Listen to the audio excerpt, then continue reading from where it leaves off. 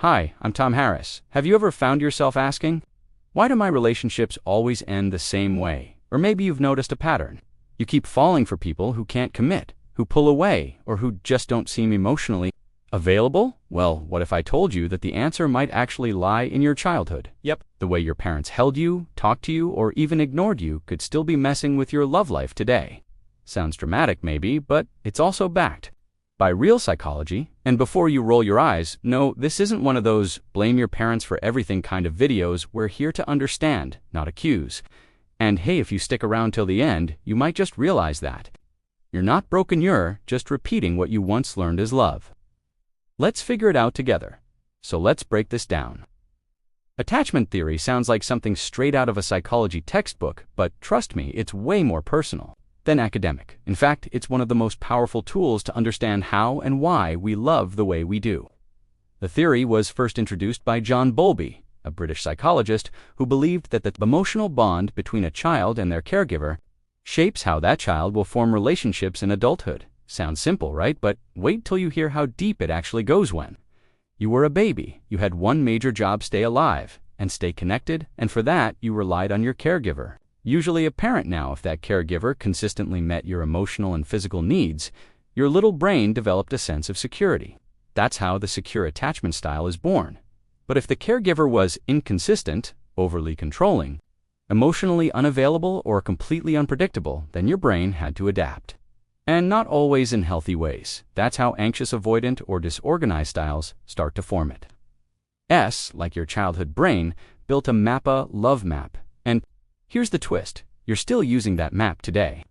Whether you're dating, married, or perpetually single, that early blueprint is running in the background, like a secret relationship GPS, sometimes guiding you toward love, and other times driving you straight into the emotional ditch. Don't worry, we'll talk about how to reprogram that GPS later, but for now, just remember this.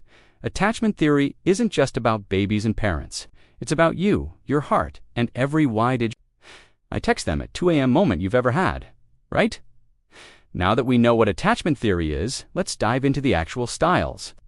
Because, let's be honest, this is where things start getting a little uncomfortably accurate. There are 4 main types of attachment styles, and yes, one of them probably describes you better than your zodiac sign ever could. Let us start with the golden child, secure attachment people. With this style are like emotional ninjas. They trust easily, communicate openly, and don't get clingy or push people away. They're not perfect, but they don't turn a late text reply into an existential crisis. If this is you, congratulations, you're the one healthy adult in a sea of emotional chaos. Then we have the anxious attachment style. Oh boy, if you've ever stared at your phone, heart racing because someone didn't reply for 5 minutes. This might hit home. Anxiously attached people crave closeness, but constantly fear abandonment. They overthink every word, every emoji, and yes, even the scene status. It's like loving someone while constantly waiting for them to leave next. Up is avoidant attachment. These folks are emotionally independent to the extreme. Intimacy, no thanks, vulnerability. Hard pass. They like their space so much that you might feel like you're dating a ghost. They're the ones who pull away just when things start getting real. If relationships were plants, avoidants are the ones that forget to water them. On purpose then comes the most complex one, disorganized attachment, also known as fearful avoidant. These people live in a confusing loop of wanting love and fearing it at the same time. They might open up 1 minute and shut down the next.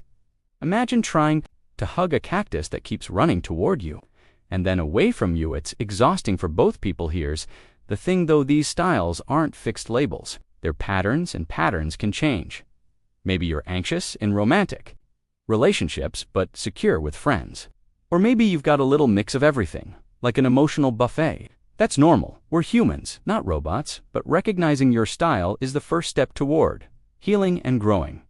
So, do you already know your type? Don't worry if you're not the secure one. Most of us aren't born with a perfect emotional toolbox, but the good news is we can build one video at a time. And hey, at least now you have a label for that time you freaked out because they liked someone else's Instagram post from 2017. Let's go back in time. Imagine little you, tiny, messy, probably obsessed with snacks and cartoons.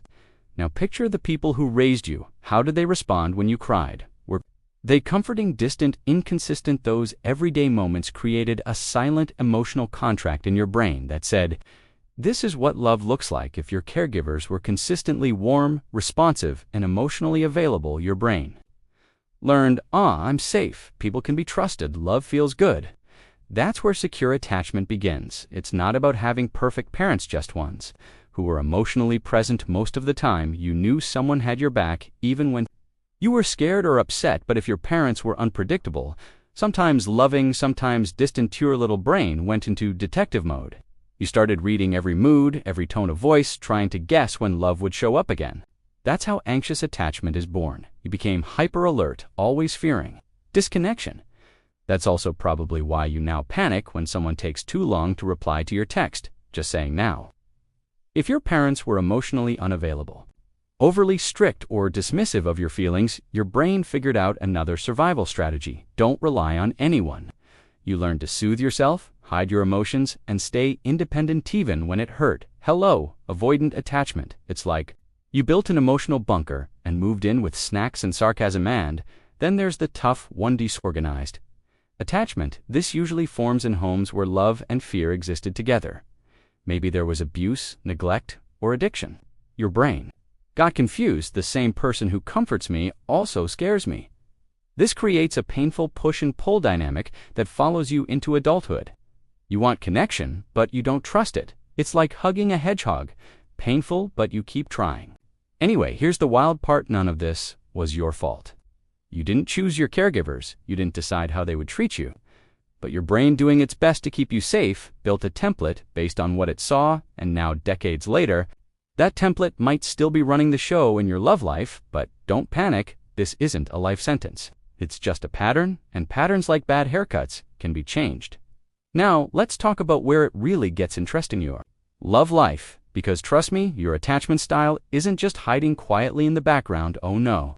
It's out here playing the lead role, making dramatic decisions, rewriting texts 3 times, and whispering, don't say that, you'll scare them away. If you have a secure attachment style, you probably don't even realize how emotionally stable you are. You communicate your needs, respect boundaries, and don't freak out when someone takes a little space. You're basically the relationship, a version of a golden retriever, loyal, kind, and weirdly comforting. If this is you, please never change. The world needs you. But if you're anxiously attached, dating feels like a roller coaster designed by your inner 5-year-old. Every unanswered message feels like rejection. Every small change in tone feels like something's wrong. You overthink, overgive, and sometimes you even scare yourself with how much you care. You might say, I just love deeply, but sometimes it's anxiety dressed up as passion. Now, if you're avoidantly attached, you've probably ghosted someone while still liking them. Relationships feel like tight spaces. You crave connection but fear losing independence, so you keep people at arm's length. You might say things like, I'm just not ready for anything serious, while secretly wishing someone would stay anyway. Emotional intimacy, too risky. Vulnerability, maybe next year. And if you've got the disorganized style, buckle up. You swing between moment you're craving closeness, the next you're running for the hills. You trust no one, yet you long for deep love. It's exhausting, confusing, and often misunderstood. You want a hug, but also a parachute, just in case. These styles show up in all kinds of ways: who you're attracted to, how you fight, whether you open up or shut down, even how you text. Yes, attachment can affect your use of emojis. Anxious people, all hearts and crying faces. Avoidance, just a dry K. But the most important part is this: your attachment style isn't a flaw. It's a reflection of how you learn to protect yourself, and it's not here to ruin your love life. It's here to reveal what still needs healing. The moment you start noticing these patterns is the moment you start changing them. So no, your love life isn't doomed. It's just trying to grow up with you. All right, here's where it gets juicy. You ever wonder why you keep falling for the same kind of person, just with a different haircut? Like every relationship feels new at first, but somehow ends in the same kind of emotional mess. Well, spoiler alert, it's not bad luck. It's your attachment style doing a little matchmaking behind the scenes. See, we're unconsciously drawn to people who feel familiar, not necessarily good, just familiar. If you grew up with emotional inconsistency, your nervous system now sees that as normal. So when someone shows up and gives you mixed signals, Your brain lights up like, ah yes, love. Meanwhile, the person who texts back on time and treats you well, boring, suspicious, probably a serial killer, anxious people often attract avoidance. Why? Because they both activate each other's fears. The anxious person wants closeness, the avoidant wants space. Boom, emotional tug-of-war. And weirdly, that tension feels like chemistry, like a romantic version of a bad Wi-Fi connection. Signal sudden, drop out, reconnect, repeat. Disorganized folks tend to swing between both extremes, attracting partners who mirror their inner chaos, and securely attached people they can attract anyone. But they tend to stick around only if there's emotional maturity on the other side, which is why most securely attached people are just quietly thriving, while the rest of us are out here analyzing text messages like FBI agents. But here's the wild part. We're not doomed to repeat these patterns forever. Once we start noticing what feels familiar but unhealthy, we can consciously choose something different. Someone who feels safe, someone who doesn't give us anxiety as a personality trait. You attract what you believe. Love has changed the belief, and everything starts to show. Talk about trauma, not the movie kind with dramatic music and explosions, but the quiet kind. The kind that happens in homes that looked normal from the outside, because not all trauma screams. Some of it whispers. Childhood trauma doesn't always mean physical abuse or major neglect. Sometimes it's a parent who never said, "I'm proud of you," or one who was there physically but emotionally completely checked out. Maybe you were told to stop crying instead of being comforted.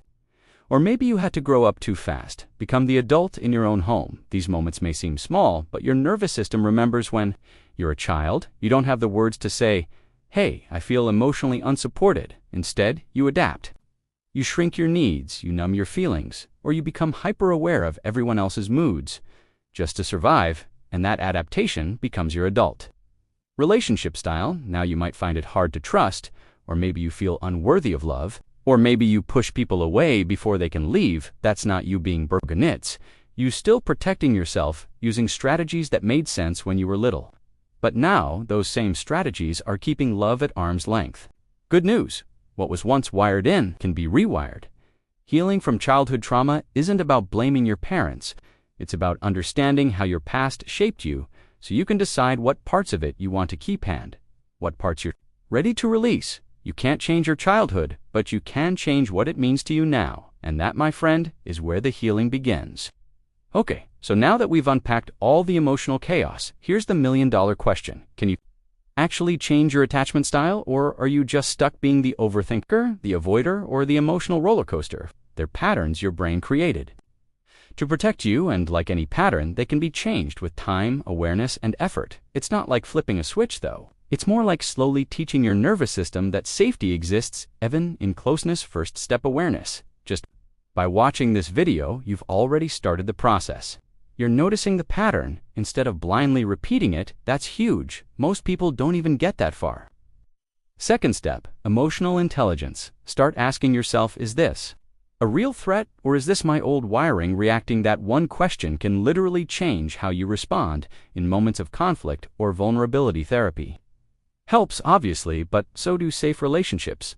Friends, partners, mentors, people who show up consistently and emotionally. The more your brain experiences safety, the more it starts to believe that love doesn't have to hurt.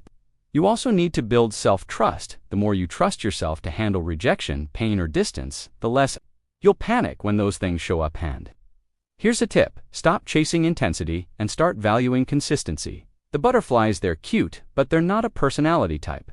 Sometimes calm is what real love feels like.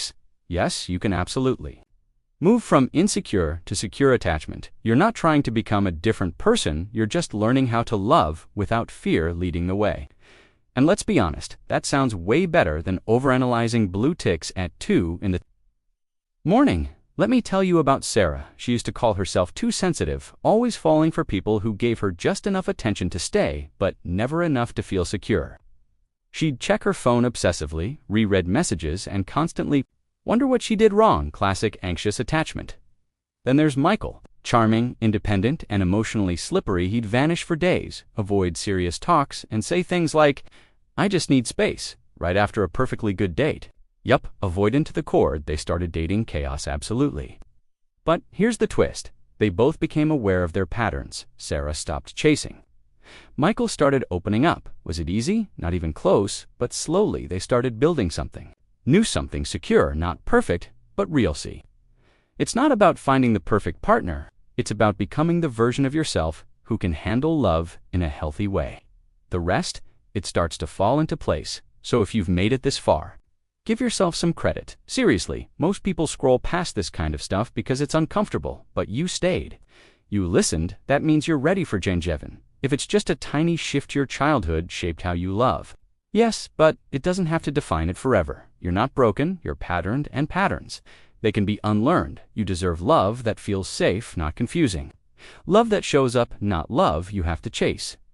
This video made you think, or feel seen, or even just laugh awkwardly at your own dating history. Go ahead and subscribe. There's more where this came from. More insights, more healing, and yes, probably more jokes about emotional unavailability. Till next time, I'm Tom Harrison. Just remember, your love story isn't over. You're just learning to write a better chapter.